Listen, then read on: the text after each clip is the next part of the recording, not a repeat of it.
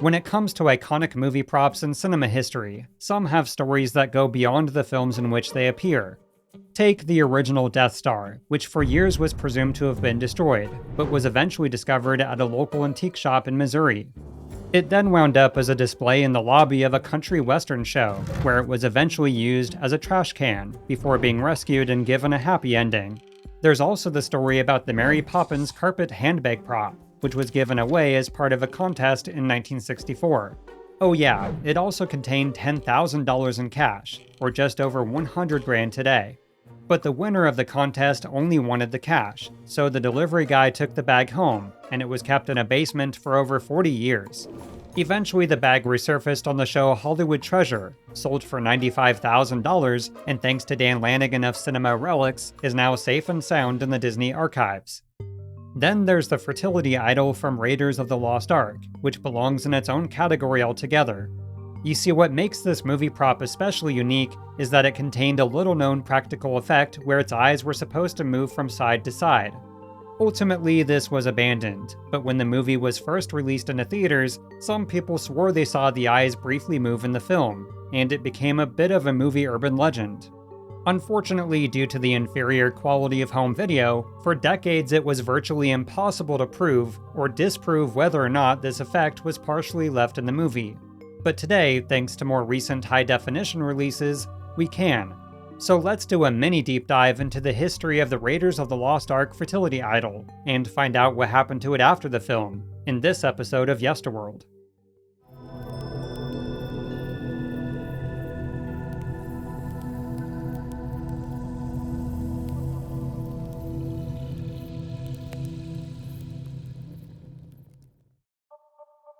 The story begins in 1906, in Paris, France of all places, with an academic journal that explored cultural anthropology of the Americas. You see, that year within this journal was an article by anthropologist Dr. Ernest Theodore Hemy, who published a photograph of a very bizarre statue. Evidently, he had acquired the statue from a local antique shop, where the owner assured him it was authentic and very rare. Initially, he asserted that the statue was thousands of years old, of pre-Columbian Mexican origins, and represented the Aztec goddess Ixcuina. Though more commonly referred to as Tazloiteot, she was known as the deity of essentially all forms of sexuality, but to keep this video PG, we'll leave it at that. Now, spoiler alert, in the years since the discovery, most anthropologists have come to the conclusion that the statue was a fake. There's extensive evidence of 19th century modern tools used in its creation, so rather than being over 3,000 years old, at the time it was probably less than 100. Fake or not, by the 1970s this supposed ancient relic had become pretty well known, which led to a ton of replicas, with most of them being sold in souvenir shops. As fate would have it, one of these replicas would inspire one of the most iconic movie props in history, and a mysterious movie effect. Flash forward to January of 1978, specifically Sherman Oaks, California, which is where a story conference took place with filmmakers George Lucas, Steven Spielberg, and screenwriter Lawrence Kasdan. This get-together was a 5-day brainstorming session to flesh out an idea for an adventure film, Raiders of the Lost Ark. As can be seen within the transcript of this serendipitous meeting, this is where they hashed out the characters, story beats, and overall narrative. Now, for fans of the movie that would ultimately come to be, this is an absolutely fascinating read. It provides tremendous insight into just how the story came together, such as the iconic scene where Indy uses the headpiece to locate the Ark, or how they initially planned to fill the Well of Souls with strange animals, only to have a sudden epiphany, use snakes instead. There's even one point where they joke about how envisioning the set pieces was like designing a ride at Disneyland, which is pretty ironic, as 25 years later, there would in fact be a Disneyland ride based on the Indiana Jones movies. Anyway, within this transcript is where we see the first reference to a sequence involving an ancient idol, which at this point is simply described as a temple figure. Going further, the removal of this temple figure trips a booby trap, which causes a giant boulder to roll down a corridor, chasing Indiana Jones out of the temple. Oddly enough, much of this sequence was heavily inspired by Walt Disney's Uncle Scrooge, The Seven Cities of Gold. Long story short, after a bunch of shenanigans that don't relate to this at all, Scrooge and his nephews find themselves in an ancient city. Here they discover a statue made of emerald which is booby-trapped, and they realize that moving the statue will cause a giant boulder to crash down and bury the city. Of course, eventually this is precisely what happens. So yeah, a Disney comic was the inspiration for what would eventually be one of the most iconic sequences in movie history. Another source of inspiration was Secret of the Incas, a 1950s adventure film revolving around the search for a golden sunbeam. In fact, Indiana Jones's iconic outfit was not so subtly based on the clothing of this film's adventurer, Harry Steele.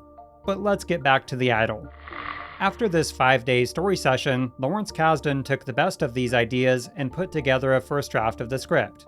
Though quite a few elements would change and ultimately be revised, the idol sequence was firmly in place, and was present in all versions of the script going forward. Now evidently, back in the day, Steven Spielberg routinely went through his movie scripts and would visualize every single scene by way of very rough personal sketches. This is when it was first envisioned to have the idol's eyes move, as Spielberg's drawing of the sequence includes the words, "Statue seems to be watching Indiana Jones as well, cursing his every step." Eventually, the sketch was translated into a storyboard sequence, where Indy approaches the idol in the temple, and the statue's eyes follow his every move. But let's jump ahead again to December of 1979, when pre-production officially began on Raiders of the Lost Ark. George Lucas and Steven Spielberg joining forces for the first time. Their purpose? To pay homage to the Saturday action matinee. But while the old serials were made in a week for $100,000, this production would take 6 months of planning and a $20 million plus budget. At Elstree Studios in London, this team is laying the groundwork for the production. Perhaps the most exciting byproduct of any motion picture is the sense of common purpose that is the soul of the movie crew.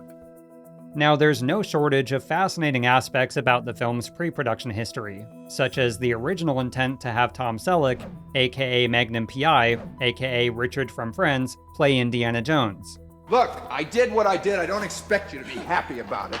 Or that the one who negotiated the Indiana Jones movie deal with George Lucas was none other than Michael Eisner, who at the time was the president of Paramount Pictures. However, most important to our story here was the hiring of Norman Reynolds, as without him, the now iconic idol might have been designed to look like how it appeared in that Scrooge McDuck comic. You see, Norman Reynolds was the art director and set designer for the original Star Wars, and his work on the film ultimately led to an Academy Award.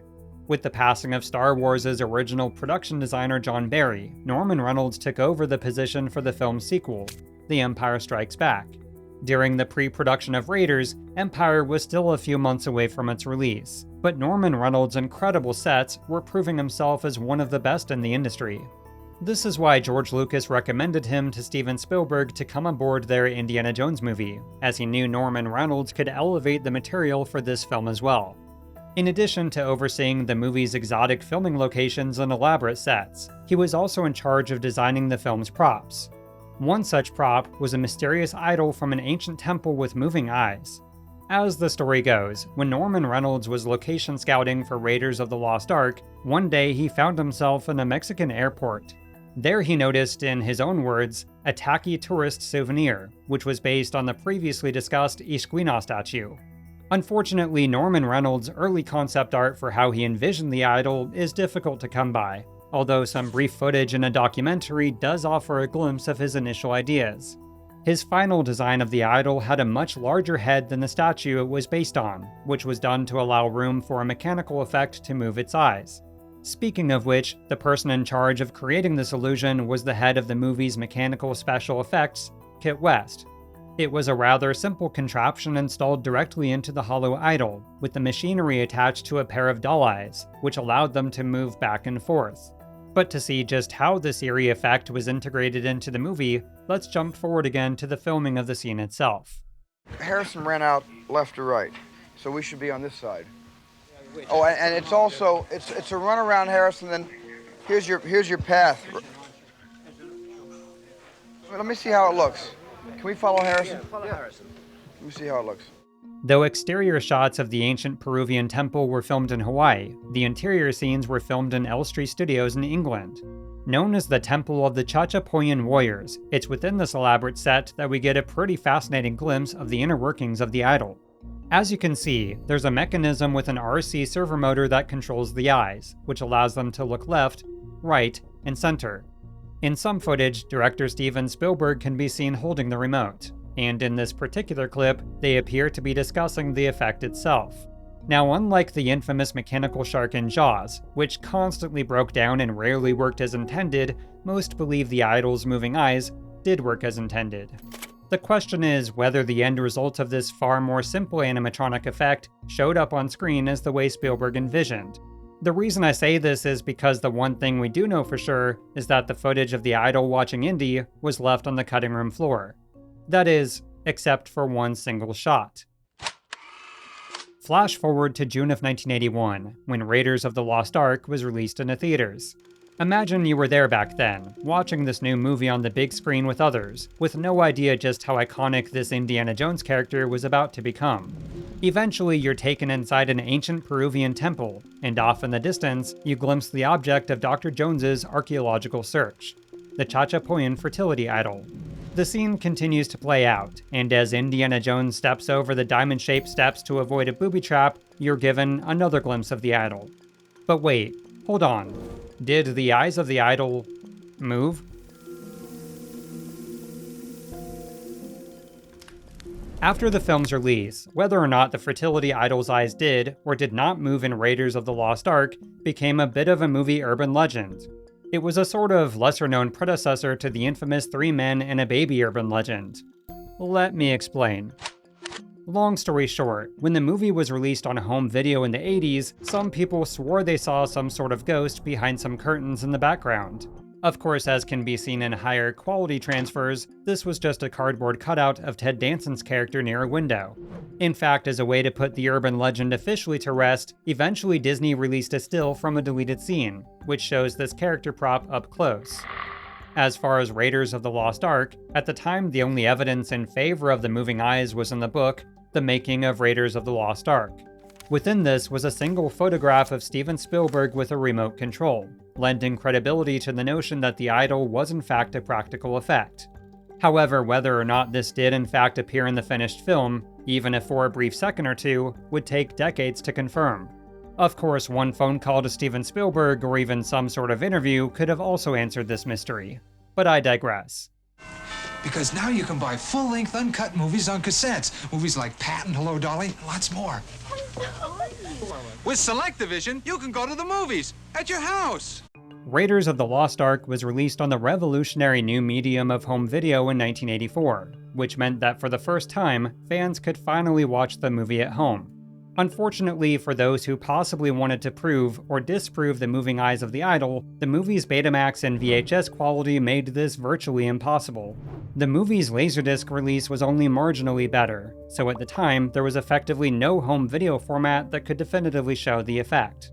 Also, keep in mind that the footage I showed earlier with the inner mechanics of the prop would not be made available for another 2 decades. Even if you owned a copy of great movie stunts and the making of Raiders of the Lost Ark, there was nothing to even hint that the idol had any sort of practical effect. So in essence, this one single photograph was the only form of evidence alluding to the statue being more than just a prop. Thus, for the time being, this existed as a strange movie urban legend of sorts, a mystery that dozens of Indiana Jones fans across the globe hoped one day would be answered. At last, the complete adventures of Indiana Jones arrives on DVD. Now, you can experience each of these epic adventures like you've never seen them before, digitally restored frame by frame and remastered for the ultimate picture quality. Bring home the ultimate hero in the ultimate adventures on the ultimate format in the ultimate collection. You have chosen wisely. The Adventures of Indiana Jones, the complete DVD movie collection. In 2005, the Indiana Jones trilogy was officially released onto the revolutionary new home video format of DVD. Unlike VHS, this allowed fans to watch the movie with the astonishing picture resolution of 720 by 480 pixels. Hey, this was the early 2000s. More importantly, for the first time since the movie's release into theaters almost 25 years earlier, the moving eyes of the idol could finally be verified. Kind of. This brief clip was dissected and analyzed over and over again, with people like myself asking, are the eyes actually moving? Or is it just a film artifact? Or maybe a glitch from the transfer to DVD? Should I go play outside? Is this why I don't have any friends? Unfortunately, it took another 16 years to provide a solid answer, when the film was released onto Blu-ray in spectacular 1080p HD. That's when the effect became far more visible to even a casual viewer, and proved without a shadow of a doubt that yes, the eyes of the idol did actually move in the film. With the most recent 4K release, the moving eyes effect is more visible than it's ever been, and possibly ever will be. Now the question left over to answer is, why was this practical effect cut from the entire sequence minus this one shot? Maybe the whole thing slowed down the sequence's pacing, and was ultimately seen as unnecessary screen time. After all, Raiders of the Lost Ark has quite a few scenes that for similar reasons were left on the cutting room floor, some of which still haven't seen the light of day. Another possibility for why the effect was cut is because it would have seriously deflated the film's climax. What are you trying to do? Scare me? You sound like my mother. We've known each other for a long time. I don't believe in magic, a lot of superstitious hocus pocus. You see, it's established early on that Indiana Jones is a skeptic when it comes to magic and mysticism. In some ways, the whole movie is a build-up to whether the Ark does or doesn't have some sort of power. Spoiler alert, the Ark does, much to the demise of all the bad guys. So if within the first 10 minutes they'd shown a supernatural idol watching Indy approaching its pedestal, well, that would have established a form of mystical power way too early on.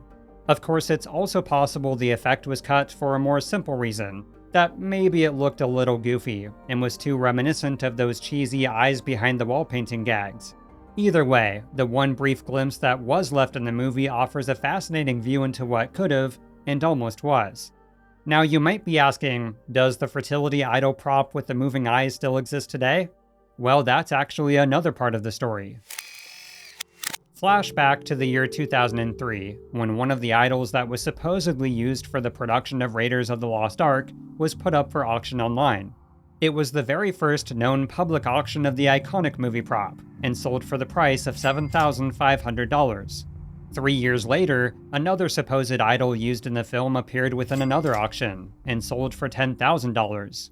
Then came another just 1 year after that, this time on eBay, and also came with a certificate of authenticity from Elstree Studios, which is where they filmed Indiana Jones decades earlier. There was also this one which appeared a few years after that, and sold for $16,000, or $22,000 today. However, the problem with every single one of these props, as people began to notice, is that none of them seemed to match the idol used in the actual film. They didn't match the one with the moving mechanical eyes, known as the hero prop, or the one that's stolen by Satipo, which is believed to be the same one that's shown in close-ups for the rest of its time on screen. You see, the statue props sold at the auctions all had a very distinct shape of the mouth, known as the frown face, with a noticeable curve of the upper lip. The props in the movie's close-ups, however, have a completely different shape of the mouth, and the moving mechanical eyes version had doll eyes, not golden-leafed eyes. To confuse matters even further, the official fertility idol as pictured in the Lucasfilm Archives book also had the frown face and lips that are not present in the film. So, what was going on here? Well, believe it or not, over the past 2 decades there have been hundreds of online posts dedicated to unraveling this conundrum. That said, it was the appearance of another idol prop that deepened and ultimately seemed to solve this mystery. This one was acquired by Brandon Allinger of Prop Store, who had actually flown to Hawaii and had purchased it from someone who had worked on the movie all those years earlier. Unlike the previous idols, this one had the characteristics of those seen in the film. Notice the shape of the mouth and upper lip. It was also the first time any prop had surfaced with doll eyes, but this one was hollow with no mechanics inside, so it wasn't the moving eyes idol. Thus it was determined to be the one seen in the rest of the close-ups in the film, only for some reason, the eyes had been leafed over in gold. You can see trace amounts if you look closely. So even though an actual screen-used idol prop had finally surfaced, 2 questions remained. Where was the original moving eyes idol prop, and why did all the other iterations, many of which were certified, look nothing like they do in the movie? So what is this big place? This is the Lucasfilm Archives, and this is where we keep all the models and costumes and props for all of George Lucas's films. That means stuff from Star Wars and Raiders of the Lost Ark.